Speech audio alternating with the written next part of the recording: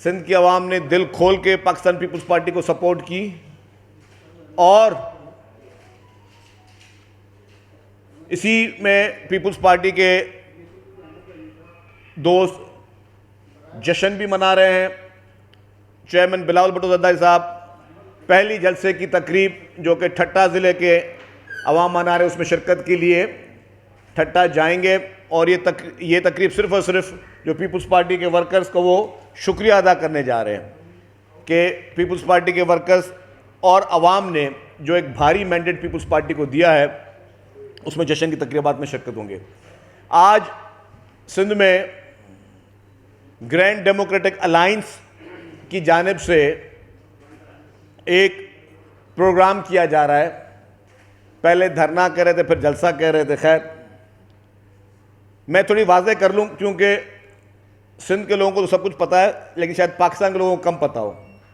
ये जो तकरीब हो रही है, ये तकरीब पीर साहब पगारो जो कि नहायत ही काबिल एहतराम है, हम सब उनकी तहे दिल से इज़्ज़त करते हैं। एक गादी है, उनके जो तो मुरीद हैं, ये मुरीदों का एक इज्तिमा है।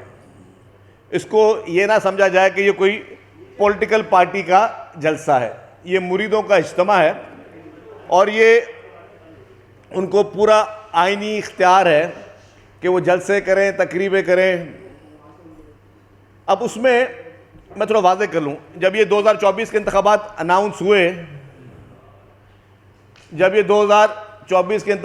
अनाउंस हुए, तो पाकिस्तान में सियासी सरगर्मियाँ शुरू हुई। सिंध में खुसूसी तौर पर पाकिस्तान मुस्लिम लीग नवाज़, GDA, MQM और काफ़ी जगहों पे खामोशी से PTI भी इनकी इत्तेहादी थी।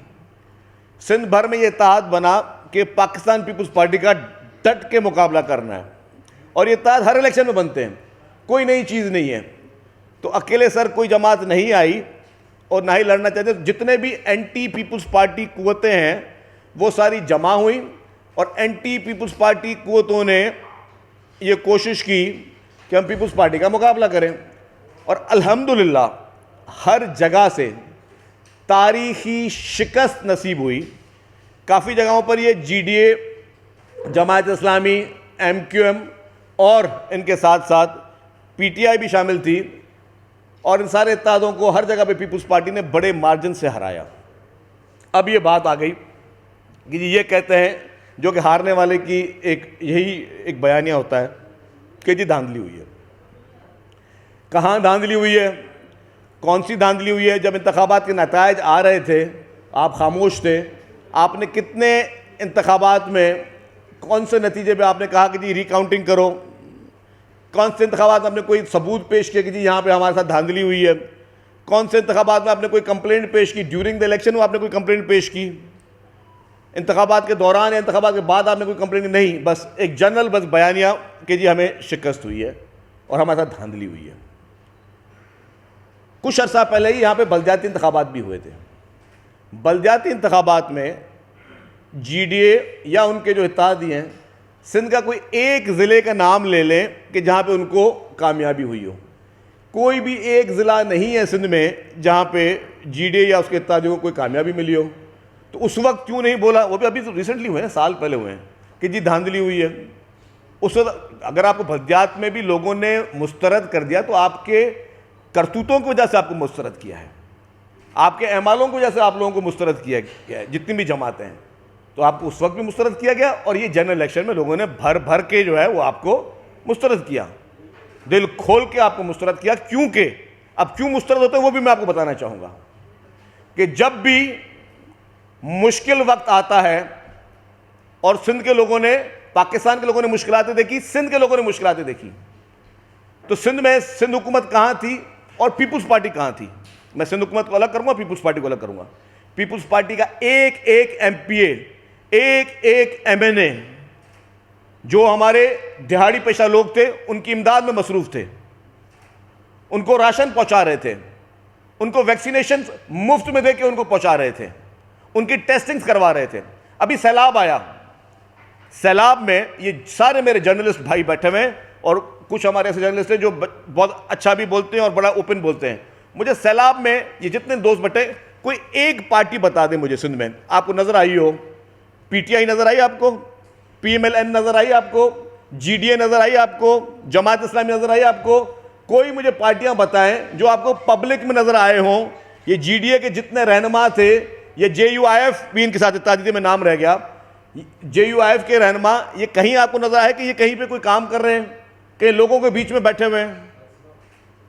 सैलाब में भी पीपुल्स पार्टी के अरकान असेंबली ने रात पूरी जागो के लोगों को वहां पे रेस्क्यू करवाया है, लोगों को बचाया, लोगों के गांवों से, देहातों से, शहरों से पानी बेट निकलवाए। शहरों में भी हमारे मेयर्स ने बाकायदा पूरी रात जागकर, ना दिन देखा ना रात देखी, लोगों की इमदाद की है, लोगों के साथ खड़े रहे। ये वो पॉलिटिकल पार्टी था। मैं खुल के बताऊं मसला है क्या है, चाहे वो जीडीए हो या उनके इत्तेहादी हो।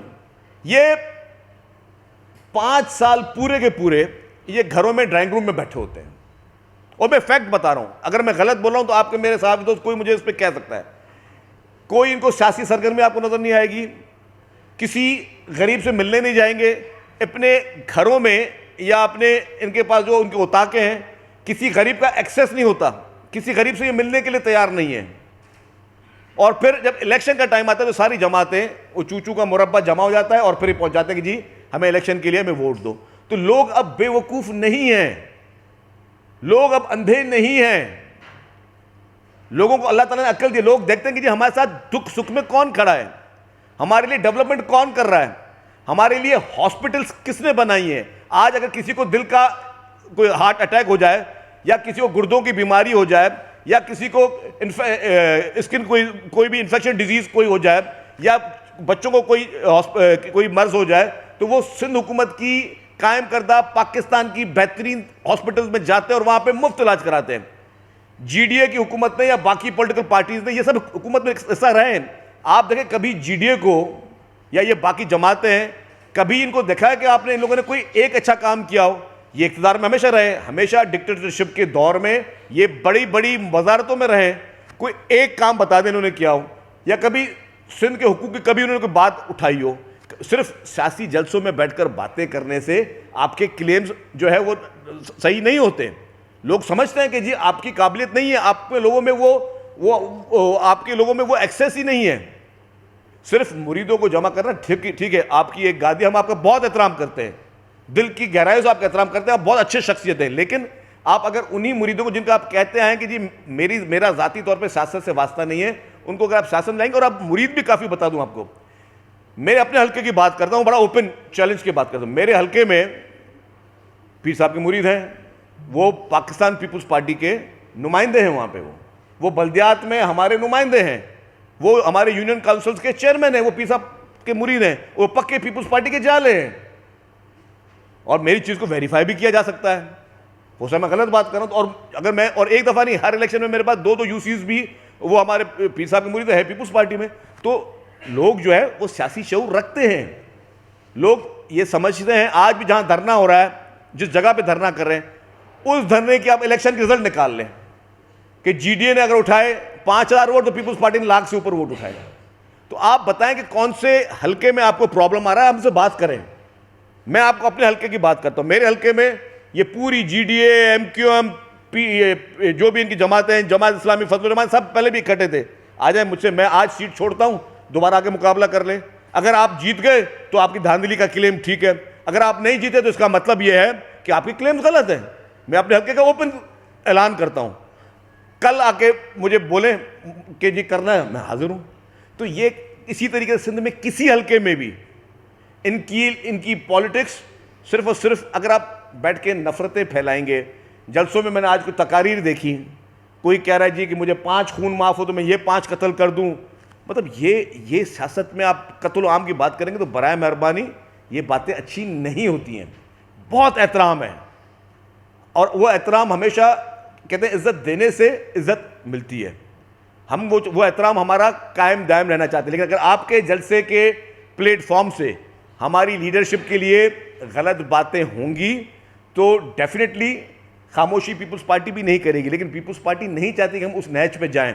हमें आपके इस वक्त दुख का एहसास है, हमें पता है कि लोगों ने आपको रिजेक्ट किया है, लोगों ने आपके इन तमाम इत्तेहादों को रिजेक्ट किया है। और अगर आपकी इतनी मकबूलियत थी तो आप इत्तेहादों में मिलकर आप पीपुल्स पार्टी का मुकाबला क्यों नहीं करते, हमेशा क्यों करते हैं? आप कभी ऐसे क्यों नहीं बोलते कि नहीं यार ठीक है हम आपसे मुकाबला करने के लिए तैयार हैं?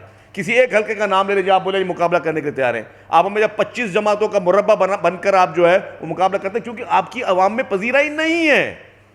अवाम आपको जानते हैं, अवाम आपके पॉलिटिक्स के अंदाज को भी जानते हैं। और सिंध में बहुत ज़्यादा माशाल्लाह गादियाँ, बहुत ज़्यादा पीर साहबान हैं, सबके लिए इज़्ज़त है। शाह महमूद साहब की यहाँ पे पीरी मुरीदी है, उनके लिए सब इज़्ज़त है। मखदूम तालिबुल मौला की पीरी मुरीदी है, उनके लिए सबको बड़ा एहतराम है। इस तरीके पीर साहब पगारों के लिए और उनकी जमात के लिए एहतराम है। लेकिन मेरी गुजारिश ये होगी कि आप वो एक मजहबी आपके ताल्लुकात है, मजहबी ताल्लुकात को अलग रखें, सियासत को अलग रखें। सियासत में सियासी बात करें, डेफिनेटली आपको सियासी जवाब भी मिलेंगे। लेकिन अगर आप मजहबी चीज़ों को जमा करके, जिस तरह JUIF भी ये करती है कि मदरसों से और मदरसी और मजहबी बातें करके और फिर शो करते हैं, कितनी बड़ी पब्लिक की आपके पास वो पजीराई है। भाई पब्लिक की पजीराई आपके पास नहीं है। पब्लिक की पजीराई आपके पास होती तो खैबर पख्तूनख्वा में मैं कल देखा कि जी PTI और JUIF का माशाल्लाह मेल जोल हुआ है। मुझे बताएं JUIF का गढ़ क्या समझा जाता है, खैबर पख्तूनख्वा समझा जाता है। JUIF के गढ़ में अगर PTI के आज़ाद उम्मीदवारान जीते हैं तो मौलाना साहब की शिकायत किससे होनी चाहिए? मौलाना साहब की शिकायत PTI और उसके कायद से होनी चाहिए। तो जिससे आपकी शिकायत बकौल जिसके कि जिसने आपके साथ धांधली की है तो उसने किया, आप उसके साथ इत्तेहाद कर रहे हो। और जिन्होंने आपके साथ जिन्होंने वहाँ से वाज़े मैंडेट नहीं लिया, आप उनके खिलाफ बातें कर रहे हो, तो ये बात समझ में नहीं आती। और मौलाना साहब आपके लिए भी काफ़ी काबिल एहतराम है। आप मौलाना फजल रहमान साहब को ज़ाती तौर पर मैं बहुत उनका एहतराम करता हूँ, लेकिन मौलाना साहब ने भी अजीब गरीब बातें की। अब किसको नहीं पता कि मौलाना साहब परवेज़ मुशर्रफ के दौर में कश्मीर उमूर के वज़ीर कैसे बने, खैबर पख्तूनख्वा में जो MMA बनाई गई, MMA कब बनी, कैसे बनी, MMA में फिर खैबर पख्तूनख्वा की हुकूमत आपको किस तरह दी गई। तो ये सारी चीज़ें ये हिस्ट्री का हिस्सा हैं। हम उन तलख हकीकतों में नहीं जाना चाहते। उन्होंने ये कहा तहरीक अदम एतमाद के बारे में, मुझे ज़ाती तौर पर पता है कि तहरीक अदम एतमाद प्योरली पाकिस्तान पीपल्स पार्टी की मूव थी और बग़ैर किसी डिक्टेशन के थी। और ये बातें काफ़ी वाज़ेह, मैं उस डिटेल में नहीं जाना चाहता। अगर जिनके नाम मौलाना फजल रहमान साहब ने लिए तो बाद में तो काफ लीग के कुछ लीडरों ने कहा कि उनको तो ये मैसेज मिला था कि जी वो PTI के साथ जाए, परवेज़ इलाही साहब, तो आपने तो नाम कुछ और दे दिए। तो आपकी बातों में और उन सारी चीज़ों में कॉन्फ्लिक्ट है। तो बराए मेहरबानी हम उन डिटेल्स में नहीं जाना चाहते। पाकिस्तान की तारीख में पहली मरतबा किसी वज़ीर आज़म को आइनी तौर पर हटाया गया तो उसको, और मौलाना साहब उस वक्त उस पूरे मूवमेंट का हिस्सा थे, तो उनको उसको अप्रिशिएट करना चाहिए। अब बैठ के A पे इल्ज़ाम, B पे इल्ज़ाम, C पे इल्ज़ाम, मेरे ख्याल से ये चीज़ें मुनासिब नहीं हैं। आ जाए PTI पे, कुछ लोगों को मैंने देखा कि जी बड़ा रहम आ रहा है पाकिस्तान तहरीक इंसाफ पर। मुझे एक बात बताएं, 2018 की इलेक्शन किसको याद नहीं है? ये जितने मेरे साफ़ी दोस्त सामने बैठे हुए हैं, आपको पता नहीं है कि 2018 के इलेक्शन में क्या हुआ, किस तरह जाली मैंडेट के ज़रिए इमरान खान को कामयाब कराया गया, किस तरीके से RTS बिठा के इमरान खान को कामयाब कराया गया, किस तरीके से जेन्युइन मैंडेट को बिल्डोज करके इनको इक़्तिदार की कुर्सी पर बिठाया गया। तो ये जितनी भी पॉलिटिकल पार्टीज़ हैं जो आज अपनी बातें कर रही हैं, मैं ये कहता हूँ कि जी पीपल्स पार्टी सबके मैंडेट का एहतराम करती है। पीपल्स पार्टी PTI को अगर इस इलेक्शन में जितना मैंडेट मिला उसका हम एहतराम करते हैं। हम कहते हैं जी PTI को मैंडेट मिला है, हम उसका एहतराम करते हैं, क्योंकि वो एक वाज़ेह चीज़ है, उसको हम नहीं छुपा सकते और नहीं हम छुपाना चाहते। सबसे पहले पीपल्स पार्टी की लीडरशिप थी जिसने कहा कि जी हाँ हम उसका, ये उनका मैंडेट है, उसको नहीं छेड़ा जाए, हम उसका एहतराम करते हैं। लेकिन आज जो लोग मासूम बनने की कोशिश करते हैं वो खुद इस पूरी प्रोसेस का पैदावार हैं।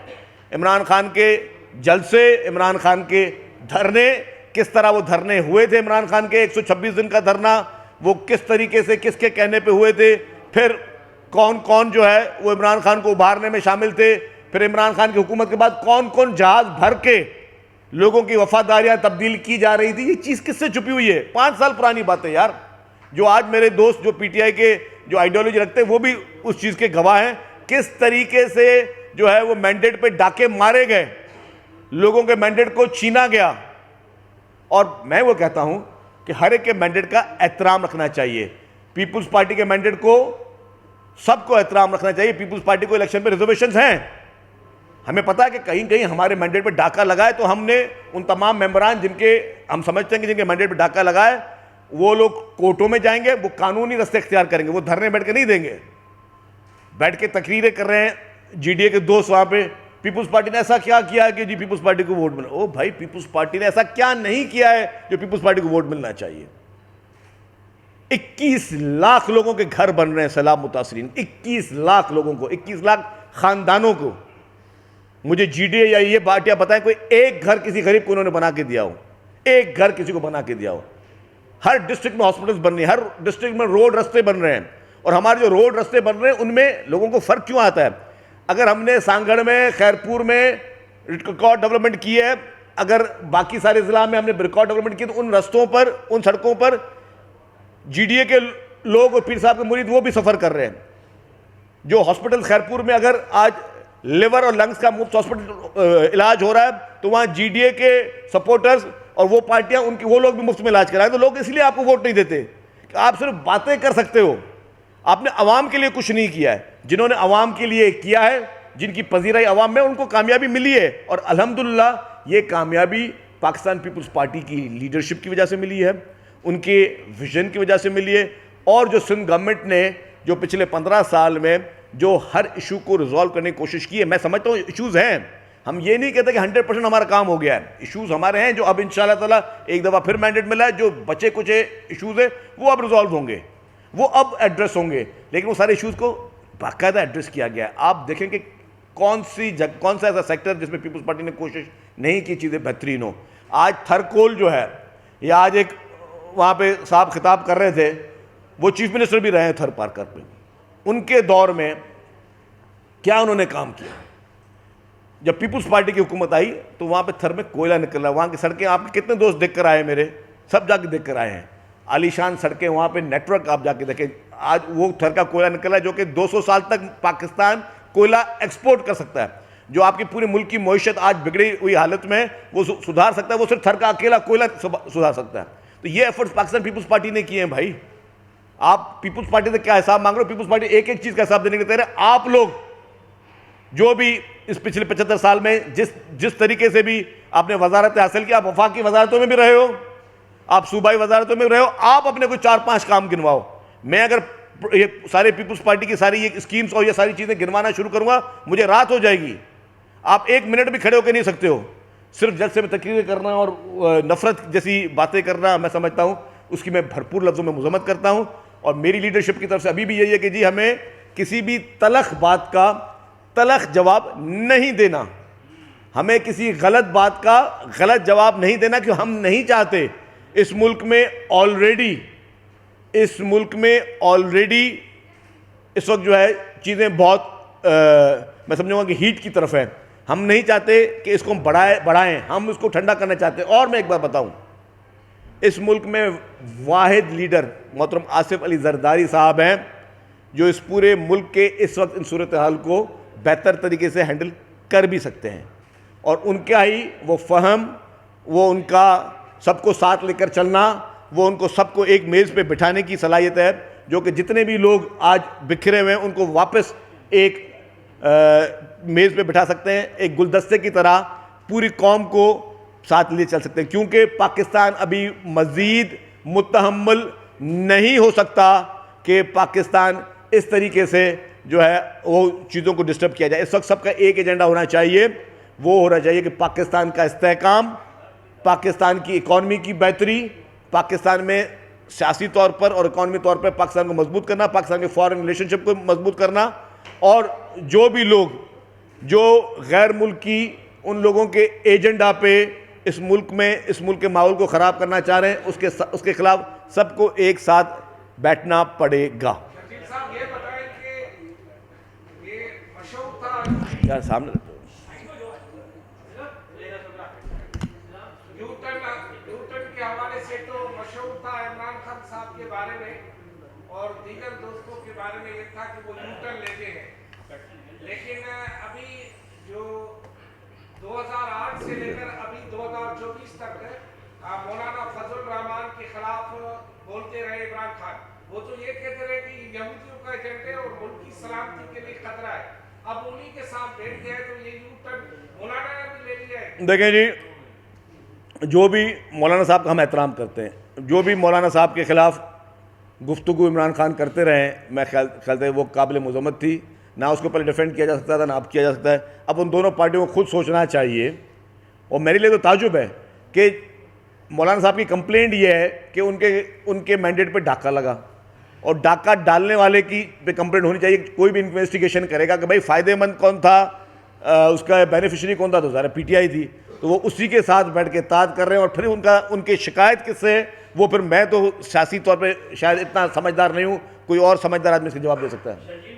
2016 में जब मुराद अली शाह साहब को वज़ीर आला बनाया जा रहा था, तो आप दुबई में थे और जहाँ वो रात जिस दिन की पगारा के घर गए थे चल के जी के साथ और उनसे हमायत मांगी थी, तो दोबारा जब आप कुछ पॉइंट पर जा सकते हैं अपने मामला के हल के लिए, तो इनकी रिजर्वेशन दूर करने के लिए जीडीए का वक्त किंगरी हाउस या राजा हाउस क्यों नहीं जा सकता? देखिए, हमारी कोई दुश्मनी नहीं है जीडीए से या पीपल्स पार्टी के जितने भी मुखालफिन जितने इलेक्शन लड़ी है पीपल्स पार्टी के खिलाफ, हमारी किसी से कोई दुश्मनी नहीं है। हम सियासी लोग हैं, सियासी इख्तलाफात हो सकते हैं, सियासी आइडियोलॉजी चेंज हो सकती है। हमें कोई एतराज़ नहीं है पीर साहब से बात करने में, हमें कोई एतराज़ नहीं है कि जीडीए में या किसी भी पार्टी से बात करने, क्योंकि देखिए हम लोग पैरोकार हैं पाकिस्तान पीपल्स पार्टी के लीडरान के।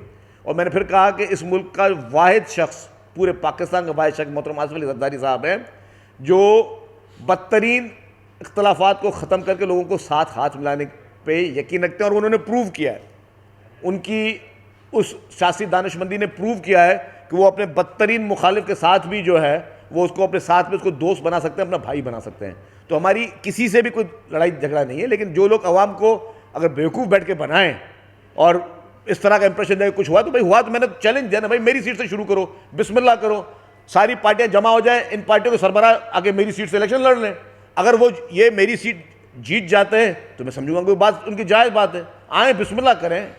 वो चैलेंज नहीं करें, मैं चैलेंज कर रहा हूँ, आप कबूल करो। अच्छा शरीफ साहब, ये बता दें कि लियाकत जत्तोई का दावा है कि उन्होंने मेहर में 2 सीटें जीती हैं, लेकिन हरवाया गया। ऐसे हसनैन मिर्जा का भी यही दावा है। अगर ये 4-5 सीटों पे वो दोबारा रिपोल का रिकाउंटिंग का मुतालबा करते हैं तो आप वो तस्लीम करेंगे? पहले तो वो सारे सबूत पेश करें ना कि जी कहाँ पे क्या हुआ है, कौन सी पोलिंग में उनके साथ ज्यादती हुई है, वो पेश करें आके। और कब भला जीते मुझे बताएं। बल्दियात में जीते थे ये जिनका आपने नाम लिया, मैं आपसे पूछ रहा हूँ, नहीं जीते थे ना, उस वक्त दावा क्यों नहीं किया था? तो जब आपको बल्दियात होती है, बीडी इलेक्शन जो होती है वो होती है बेसिक इलेक्शन। आपको उस इलेक्शन में भी तारीखी नाकामी हुई, आपको इस इलेक्शन में भी तारीखी नाकामी, और इंशाल्लाह ताला आइंदा जितनी इलेक्शन होंगे उसमें आपको तारीखी नाकामियाँ होनी हैं। तो बराए मेहरबानी आप ये देखें कि आपने ऐसा क्या किया कि अवाम ने आपको रिजेक्ट किया। जतोई साहब या दूसरों के आपने नाम लिए, इनसे ये पूछें कि क्या जब सैलाब ज़दगान के साथ मुसीबत थी तो आप उनके साथ खड़े थे? आप इमदाद में बांटने वालों में थे या इमदाद लेने वालों में थे? ये सारे लोग ये इमदाद लेने वालों में थे, ये बेनिफिशरीज थे, जो आज आके फिर ये दावा करें कि हम आवाम को जो है हमें आवाम ने रिजेक्ट किया। They are rejected. आप बताएं वकास साहब, एक वकास साहब आप इंतखाबात में इंतखाबी मुहिम के दौरान बिलावल भुट्टो साहब ये कहते रहे कि पीटीआई उनके आज़ाद अरकान को की हिमायत देंगे। इलेक्शन के बाद अब ताहिर कादरी जिन्होंने पार्लियामेंट पर हमला किया था सुप्रीम कोर्ट पर, उनके साथ भी इत्तेहाद किया था, उनकी हिमायत की थी। तो अब पीपल्स पार्टी जब पोजीशन में है तो पीटीआई के साथ क्यों नहीं हाथ मिला रही? उनके आज़ाद अरकान को क्यों नहीं? देखें जी, पीटीआई की तरफ से जो ऑफर आई है वो सिर्फ टीवी तक आई है, और टीवी पे जब वो असद कैसर साहब का बयान आया, फिर बैरिस्टर सैफ साहब का कोई दूसरा बयान आ गया। तो अभी हमें भी पता नहीं है कि वो कौन क्या चाह रहा है। और जिसने रब्ता करना है तो पाकिस्तान पीपल्स पार्टी ने एक कमेटी बनाई हुई है, उस कमेटी से रब्ता कर ले, और किसी के भी बातचीत दरवाजे सबके लिए खुले, किसी के लिए बंद नहीं है। हमने ये नहीं कहा कि जी किसी से हम बातचीत नहीं करेंगे। पीपल्स पार्टी रिजिड नहीं है। हाँ, बाकी पॉलिटिकल पार्टीज एक दिन रिजिड होती हैं, दूसरे दिन नरम होती है, तीसरे दिन फिर रिजिड हो जाती हैं। हम ना पहले रिजिड थे, ना पहले हमें कोई ईगो का इशू था, ना हमें अब कोई ईगो का इशू। हम किसी भी पॉलिटिकल पार्टी से, किसी भी शख्स से बातचीत कर सकते हैं। जमाली साहब, जैसे आपने फरमाया फजल रहमान के बारे में, वो अपने मुखालिफ इमरान खान से मिल रहा है। आपने भी तो यहाँ इलेक्शन से पहले मुस्लिम लीग नून के बारे में यही बातें की थी हमारे सामने। तो अब आपने जाके नून लीग से हाथ मिलाया, वो शराइत तो बताएं क्या? एक तो बिलावल साहब ने बता दिया, लेकिन आप क्या ले रहे हैं मुस्लिम लीग नून से? वो बेहतर देखिए जी, पीपुल्स पार्टी के पास कोई और चॉइस नहीं थी मुल्क को बचाने और सिस्टम को बचाने की। पीपुल्स पार्टी ना चाहते हुए भी ये कोशिश की कि जी सिस्टम चलता रहे। आपको याद होगा जैसे इंतखाबात के रिजल्ट आए, पीटीआई ने अनाउंस किया कि हम पीएमएलएन और पीपुल्स पार्टी से बातचीत नहीं करेंगे। अगर पीटीआई ने कहा कि पीपुल्स पार्टी और पीएमएलएन से बातचीत नहीं करेंगे, पीपुल्स पार्टी ने सीसी की, सीसी में ये सारी चीज़ें सामने आई कि अगर पीटीआई किसी से बातचीत करने के लिए तैयार नहीं है, पीएमएलएन के पास नंबर्स नहीं है, तो क्या होगा? तो कानून और आइन कहता है अगर किसी के पास अक्सरियत ना हो तो फिर दोबारा इंतखाबात होंगे। तो जो इंतखाबात पहले 3 महीने में होने थे वो 8 महीने के बाद हुए। या तो हम ये रिस्क लेते कि हम फिर छोड़ देते कि इंतखाबात ना हो और दोबारा इंतखाबात हो, और फिर वो सोचता है कि इस बार 8 माह नहीं 8 साल तक नहीं होते।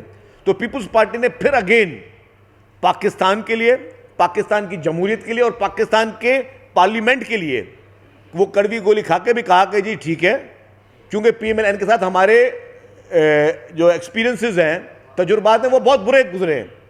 और वो भी मैं क्यों बता दूं क्यों बुरे गुजरे हैं। क्योंकि पीएमएलएन जब तक हुकूमत थी 16 माह की, जैसे ही हुकूमत से निकली तो पीएमएलएन ने फौरी तौर पे पहला जो काम किया, बोला जी हम सिंध में पीपुल्स पार्टी के खिलाफ एक इत्तेहाद बनाने जा रहे हैं।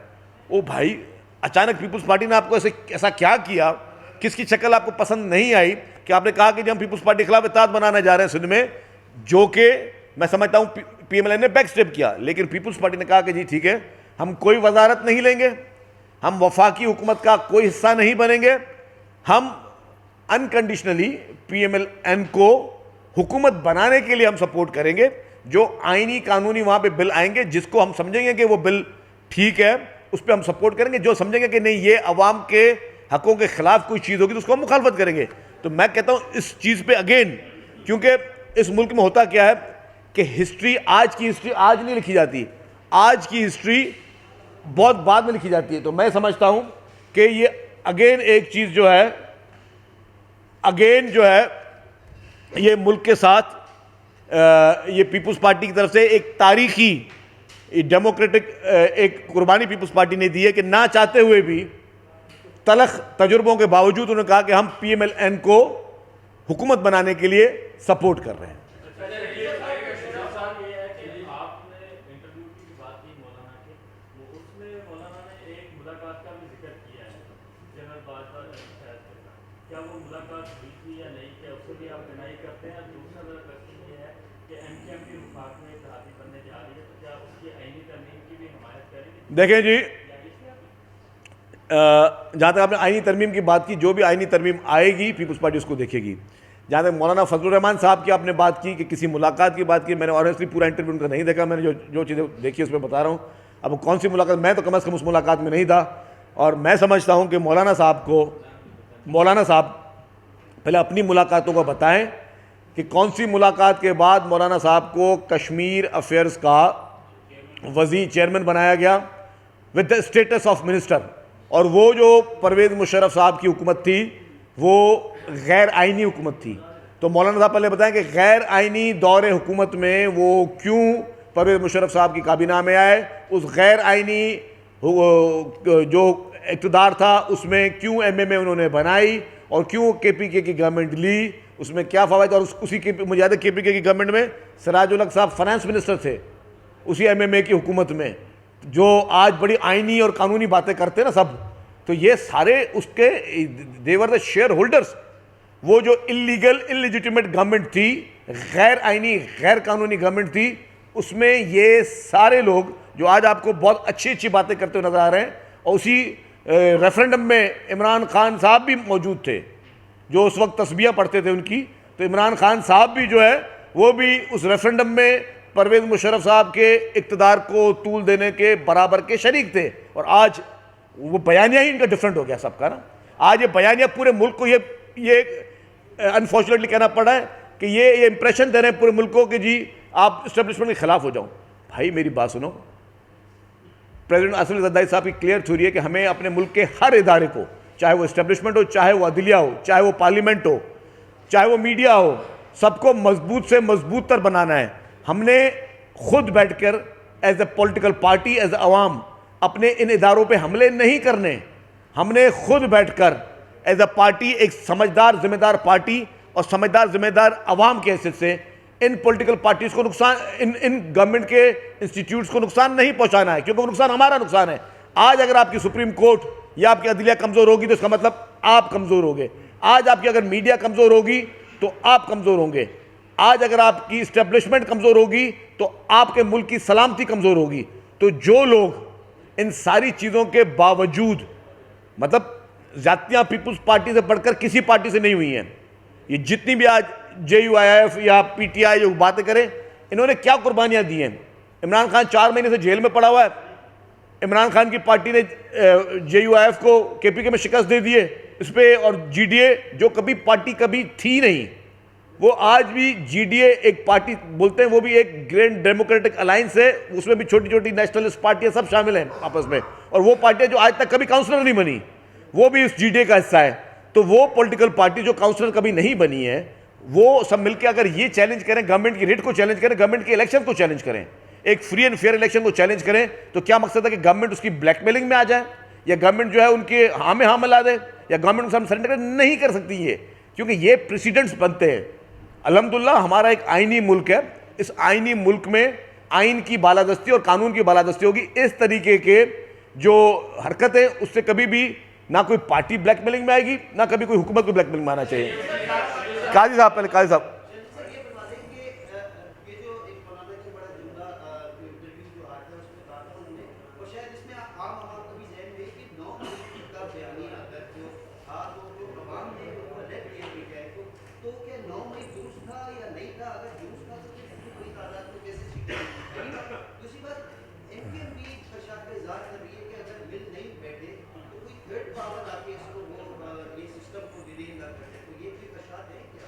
देखिए जी, इंशाअल्लाह ताला इस मुल्क के सिस्टम में भी कोई डेमोक्रेसी को डीरेल नहीं करना चाहता, ना ही किसी की नीयत है कि डेमोक्रेसी डीरेल हो। जहाँ तक आपने 9 मई की बात की कि 9 मई का बयानिया, देखिए 9 मई इस मुल्क में हुआ या नहीं हुआ, आप भी गवाह हो, मैं भी गवाह हूँ, और मैं तो चले दूसरे शहर हमसे दूर, हमने कराची में अपनी आंखों से देखा। क्या कराची में 9 मई को एम्बुलेंसें जलाई गई नहीं जलाई गई, आपने भी देखा, मैंने भी देखा। क्या 9 मई को कराची में बसें जलाई गई या नहीं जलाई गई, आपने भी देखा, मैंने भी देखा। शारा फैसल पे क्या क्या किया गया और क्या क्या करने की कोशिश की गई, कहाँ कहाँ जाने की कोशिश की, आपने भी देखा, मैंने देखा। ये तो मैं अपने शहर की बात कर रहा हूँ, लेकिन जो पूरे पाकिस्तान में हुआ वो पाकिस्तान के बच्चे ने देखा। अगर कायदे आज़म मोहम्मद अली जिन्ना, जो इस पाकिस्तान का फाउंडर, उसका घर तक नजर आतिश किया गया, या उसके बाद हमारे फौजी तनसीबात, या जहाँ जहाँ पे जो किया गया, तो आपकी बात काजी साहब के 9 में हुआ नहीं हुआ, 9 में हुआ, पूरी दुनिया ने देखा। सही था या गलत था, मैं समझता हूँ जो नाबीन भी होगा वो भी कहेगा कि सही था, जो देख नहीं सकता वो भी देख सकता सही था, क्योंकि मतलब ये एक मुल्क के साथ जाती की गई, ये कुछ ऐसी चीज़ें नहीं हुई हो। हर आदमी देखेगा, हर आदमी ने देखा कि ये इस मुल्क के साथ जाती की गई। 9 मई जैसा वाक़या है उस, और ये पाकिस्तान की हिस्ट्री में कभी नहीं हुआ। शहीद मोहतरमा बेनज़ीर भुट्टो को जब पिंडी में शहीद किया गया, अवाम का गम गुस्सा सबने देखा था। मोहतरमा आसिफ अली ज़रदारी साहब, जो कि इस मुल्क के लीडर से कहा कि पाकिस्तान खपे, मुझे पाकिस्तान चाहिए, जो नारे लग रहे थे उनको उन्होंने इस तरह काउंटर किया। क्यों? क्योंकि वो सन ऑफ द सॉइल थे। उन्होंने कहा कि कहीं पे भी इसी को हरकत ना हो। इस तरीके से जुल्फ़िकार अली भुट्टो साहब को का अदालती कत्ल हुआ, उनकी शहादत हुई। तब भी आप देखें कि किसी एक कोर्ट में हमला नहीं हुआ। हाँ, अपने इक़्तिदार की हवस में माजी में नवाज लीग ने भी ये काम किया है। उन्होंने सुप्रीम कोर्ट पे हमले किए, PMLN ने, उन्होंने नैब के दफातर पे पथराव किए, हमले किए। इस तरीके से PTI ने भी सुप्रीम कोर्ट पंजाब रजिस्ट्री पे हमले किए। इस तरीके से PTI ने भी जो है वो जाके उन्होंने ये 9 मई जैसे हौलनाक किस्म के वाक़यात किए। ये वाक़े हुए, सही बात है, कोई छुपी हुई बात नहीं है। तो आपका सवाल, यस, इन वाक़यात के बावजूद वाक़े हुए।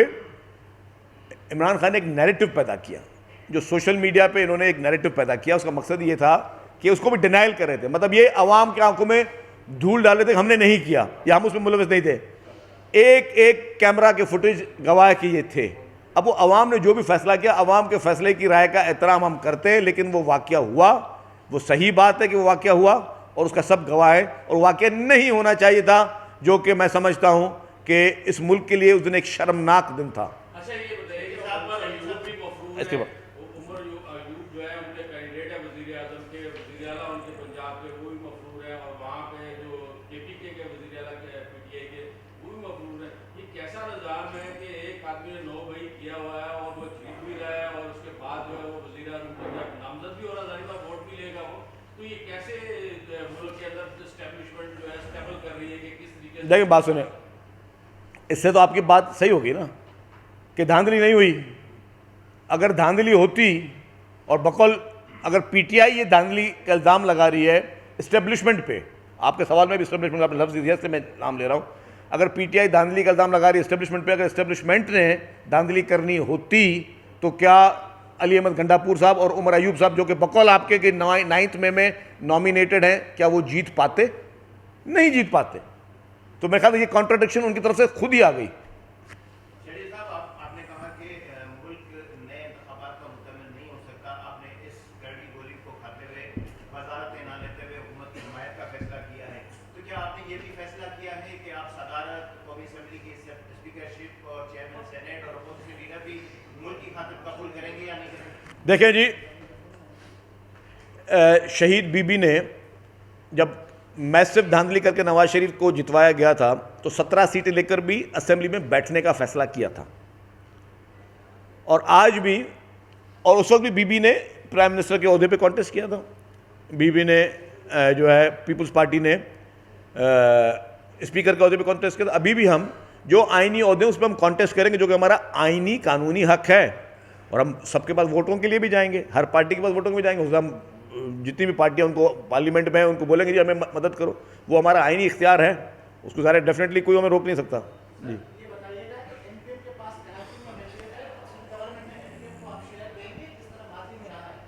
अभी जी मैं इस फैसले के बारे में कुछ नहीं कह सकता कि क्या होगा, लेकिन मैं समझता हूँ कि इस वक्त जो है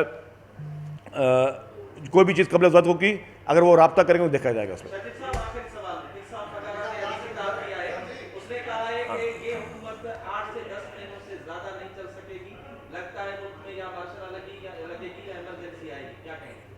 हो सकता है कि पीर साहब की ये ख्वाहिश हो, लेकिन हमारी ख्वाहिश नहीं है। और ज़ाहिर है जो कहते हैं ना, कुछ लोग ऐसे होते हैं कि कहते हैं कि जी ना हम खेलेंगे ना खेलने देंगे। वो बोले अगर अवाम ने रिजेक्ट कर दिया है तो फिर मैं कोई और भी ना है। आप आखिरी सवाल बताते हैं।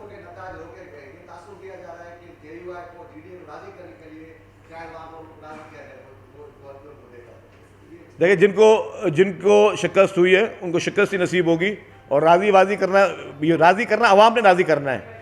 ये मैं एक वाज़ेह पैगाम दे दूं कि जो भी समझता है धांधली हुई है उसके साथ, वो अवाम में जाए। अवाम ने राज़ी करना है आपको, आपने अपने आप को खुद राज़ी नहीं करना, या कोई किसी प्रिजाइडिंग ऑफिसर ने या किसी RO ने आपको राज़ी नहीं करना। आप अवाम के पास जाएं कि जिन्होंने आपको मुस्तरद किया। Thank you very much.